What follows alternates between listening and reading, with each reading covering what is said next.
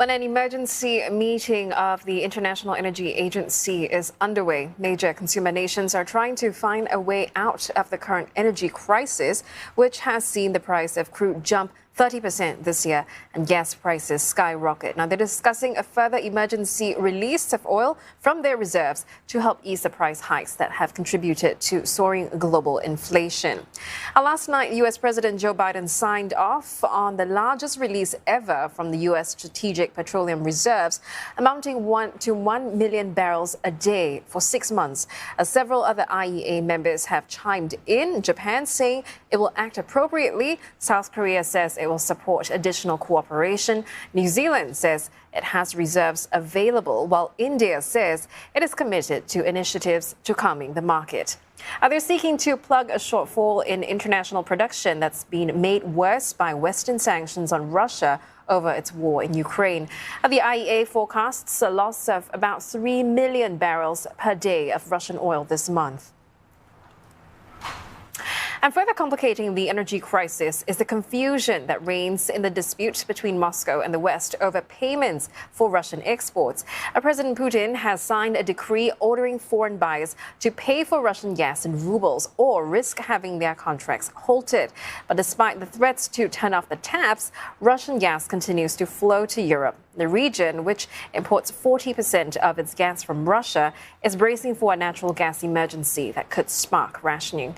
And Julia Chapman joins us live from Moscow now. Julia, President Putin's deadline has passed and European countries say they won't comply anyway. Has Mr. Putin's attempt to hit back at the West failed?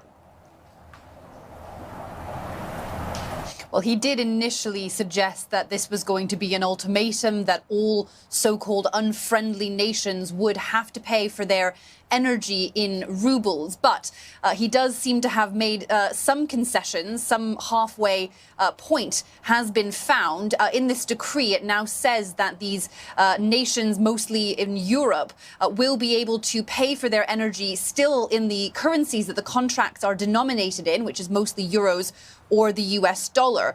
But they will be forced to open 2 bank accounts in a Russian bank, Gazprom Bank, which will mean that they will have to bring their foreign currency into a Russian bank, convert it here into rubles, and make that payment locally to Gazprom, Russia's biggest gas supplier.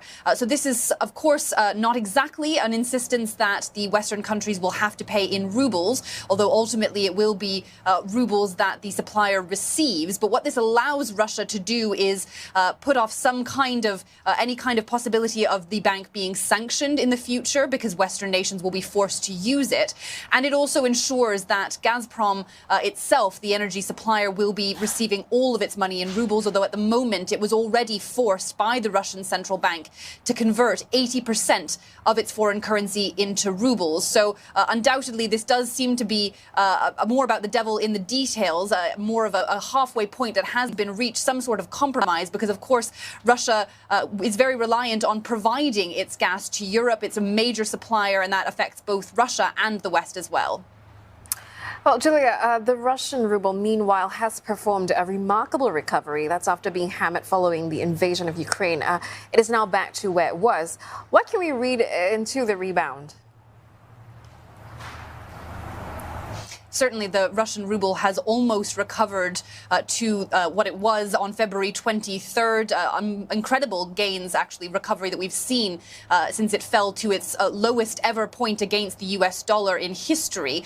There are a number of reasons for this. Russia has introduced a number of capital controls. It has prevented Russians from withdrawing foreign currency, taking it out of the country. It has, as I mentioned earlier, insisted that energy companies and other Russian state-owned companies convert their hard cash into rubles, and that has helped prop up the ruble somewhat. Of course, interest rates have also skyrocketed here, and the balance of payments remains quite strong. Of course, Russia is still exporting quite a lot of resources. It isn't importing as much as it was before because of the weakness of the ruble in the past month and all of the sanctions that are complicating trade at the moment. So certainly a number of reasons for this. Some analysts say partly the rebound is partly accounted for by the optimism in the peace talks between Russia and Ukraine.